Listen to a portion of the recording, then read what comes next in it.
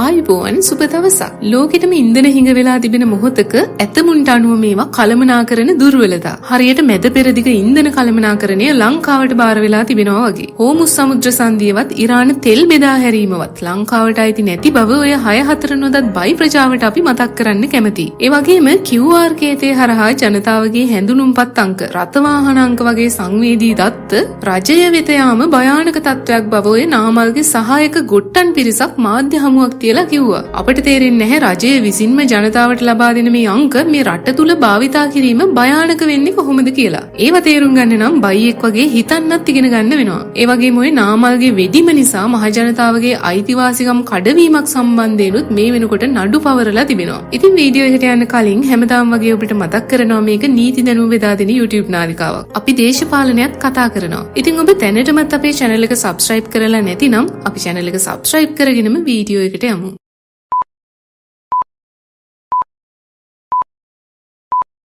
බයිගොට්ටන්ගේ මාධ්‍ය හමුවේදී සඳහන් වුණ විකාර සහගත ප්‍රකාශයක් තමයි QR කේතය ලබා ගැනීමට ජනතාවගේ තොරතුරු ඉල්ලීම භයානක තත්වයක් බව. ඔය ජාතික හැඳුනුම්පත් අංක, වාහන අංක වගේ සංවේදී දත්ත රජයෙන් තව කොහෙට හරි ලබා දෙන බවට උන්ට සැකයිලු. මේ වගේ තොරතුරු අරගෙන ඒ කාලේ සිදු කරපු අනීතික ක්‍රියා ගැන උන්දලා හොඳින්ම දන්න පාටයි. එහෙම නැතුව ඔය දේවල් ආවට ගියාට සිදු කරන ප්‍රකාශ නෙවෙයි. කරපු තරමක් පසික්කාඩු බඩගෝස්තරවාදී පාවාදී පසුගිය වකවානු තුල මේ රටේ සිදු කරපු කුමන්ත්‍රණ කරුවන්ගේ කට බොරු කිව්වත් දිව බොරු කියන්නේ නැති ස්වභාවික ක්‍රියාවලිය තමයි මේ ප්‍රදර්ශනය වෙන්නේ. පුරවැසියන් විදිහට අපි කවුරුත් දන්නවා ඔය අටවපු ජනාධිපතිගේ කාලෙදි සිදු වුණ ඊවීසා අක්‍රමිකතාවය. ඊවීසා නිකුත් කරන මුවාවෙන් ඉන්දියානු කළු කඩේකට සංචාරකයන්ගේ තොරතුරු සහ දත්ත, ඒ කියන්නේ සැබෑවටම සංවේදී දත්ත මංකොල්ල කන්න ඉඩ හැරපු බවට බරපතල චෝදනාවක් තිබෙනවා. ඒ වගේම ඔය ශ්‍රී ලංකා පාස්පෝර්ට් නිකුත් කිරීම සම්බන්ධයෙන්ුත් බරපතල චෝදනා තිබෙනවා. ඉතින් තමන්ලගේ කාලෙදී තමන්ලා කළ කී දේවල් මේ කිසිදු අදාළත්වයක් නැති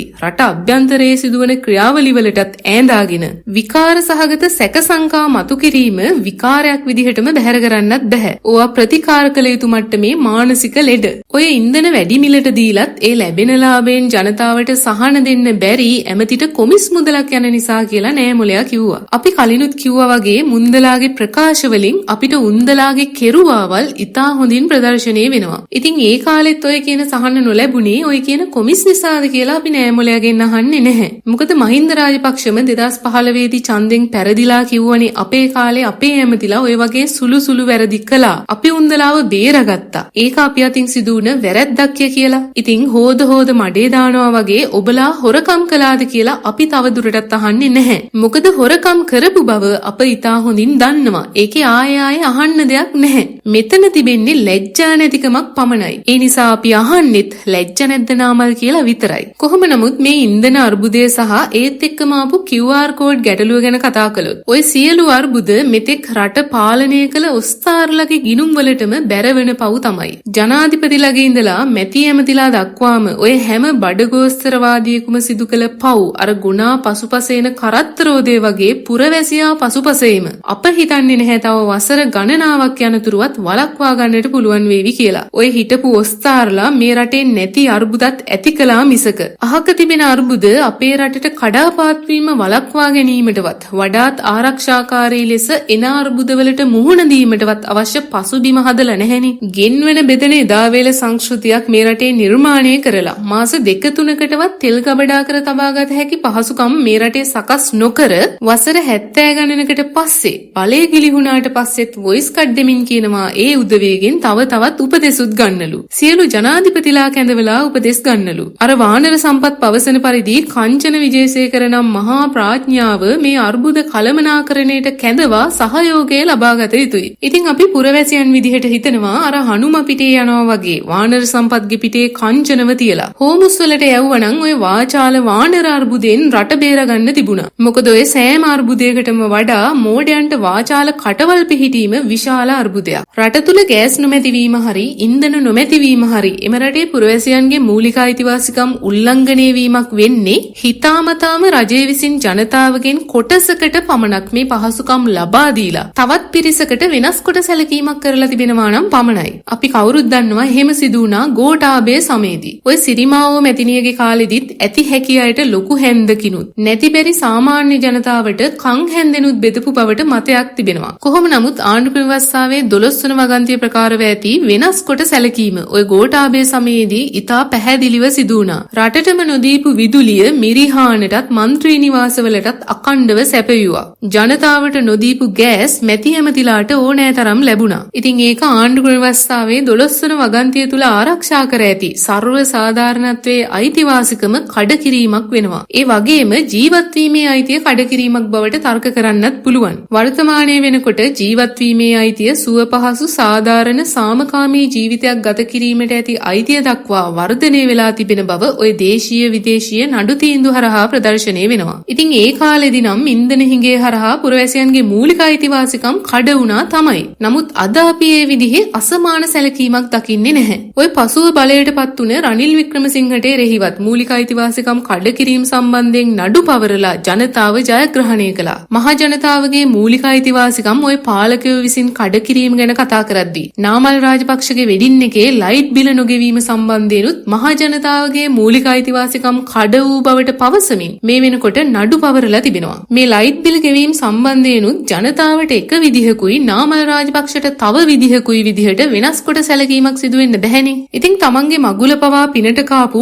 නාමල්ගෙන් ජනතාව විදිහට අපි ආයෙත් අහන්නේ ලැජ්ජ නැද්ද නාමල් කියලා විතරයි. ඉතින් මේ වර්තමාන ආණ්ඩුව හරහාත් ඔය බයියන්ගේ මූලික අයිතිවාසිකම් කඩ වෙලා තිබෙනවා නම් ඒවට තමයි අධිකරණ තිබෙන්නේ. ඒ උදවියට පුළුවන් තමන්ගේ මූලික අයිතිවාසිකම් කඩ වූ බවට පෙත්සමක් ශ්‍රේෂ්ඨ අධිකරණයට ගොනු කරන්න. ඔය ගල්ලඟුරු ගැටලුව සම්බන්ධයෙන්ුත් කාට හරි ගැටලුවක් තිබෙනවා නම් නඩු පවරන්න කියලා ජනාධිපතිවරයා යෝජනා කළා. ඉතින් අධිකරණය තුල කිසිදු නඩු පැවරීමක් සිදු නොකර හන්දියක් ගානේ විලාප තැබීම හරියට අර ගෙවල් වලින් ගුටි කන ගැහැණුන්ගේ හැඬීමට සමාන දෙයක්. අපි මේ රටේ බහුතරයක් ජනතාව වශයෙන් යෝජනා කරන්නේත් ප්‍රශ්න තිබෙන අය ඒවට නීතිමය පියවර ගන්න. අඬ ඉඳලා තේරුමක් නැහැ. කොහොම නමුත් ඉදිරියේදී සහල් අර්බුදයක් ආවොත් එදාට අනාගතයට කන්නත් එක්ක සහල් එකතු කරගන්න එපාය.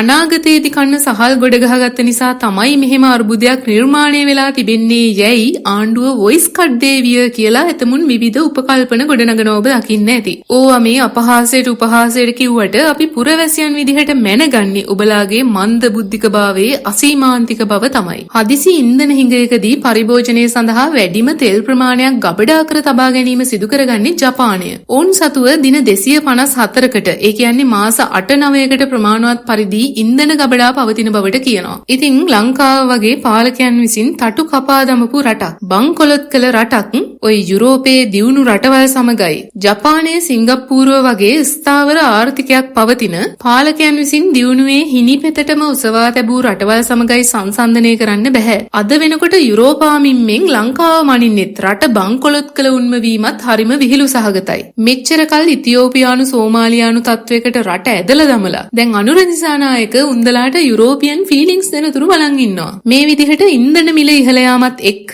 විදුලි බිල බේකරි නිෂ්පාදන ඉහළ යාම සම්බන්ධයෙන් විවිධ පුද්ගලයන් විවිධ මත පළ කරමින් ඉන්නවා. ඉතින් ඉන්ධන අර්බුදයක් එක්ක ඔය හැම මිලක්ම ඉහළ යන බව වෙන වෙනම කියන්න ලංකාවේ පුරවැසියෝ ඔබලා හිතනවා වගේ අද ඉපදුන අය නෙවෙයි. අප අත්දැකීමෙන්ම දන්නවා මිල ගණන් වැඩි විය හැකි බව. ඒ වගේම අප දන්නවා අපට එය බොන්නට සිදුවන තිත්ත කසායක් බව. ඉතින් මෙච්චර කල් තිත්ත කසාය වෙනුවට වසකෝප්පය පුරවැසියාගේ අත තැබූ පුරවැසියා මත පාලකයාගේ පෙර පව් පැටවූ බඩගෝස්තරවාදීන්ගේ අරුබුද අනාවැකි සහ විකාරරූපී වැඩි බණ මේ මොහොතේදී රටට අවශ්‍ය නැහැ. ඉතින් අපට පටිතද කරගන්න කියා කන්න තිබුණු මුදලින් එංගලන්ත සවාරි ගිය වසල පාලකයන්ටත් එවැනි ලැජ්ජා සහගත අවභාවිතාවන් වෙනුවෙන් පෙනී සිටි සහායකයන්ටත් ඔය සියලු සහචරයන් කරමත හිඳුවා ඔසවාගෙන යන වහල් ප්‍රජාවටත් අප අවසාන වශයෙන් මතක් කරනවා මේ දුෂ්කර මාර්ගය තුල අප ගමන් කරන්නේ කැමැත්තෙන් බව. ඒ වගේම මේ පෝලිම් යුගයේ අමිහිරි බවට අප චෝදනා කරන්නේ ජනතාවාදී පාලකයන්ට නොව බඩගෝස්තරවාදී නුඹලාට. ඉතින් මේ සිදුවීම ගැන ඔබ මොකද හිතන්නේ? ඔබේ අදහසත් පහලින් කමෙන්ට් කරන්න අමතක කරන්න එපා. ඒ වගේම අපි තව දුරටත් මෙවැනි වීඩියෝ මේ නාලිකාව හරහා ගෙනෙනවා. ඉතින් ඔබ මෙවැනි වැඩසටහන් වලට කැමැත්තක් දක්වන අයෙක් නම් අපේ channel එක subscribe කරන්නත් අමතක කරන්න එපා.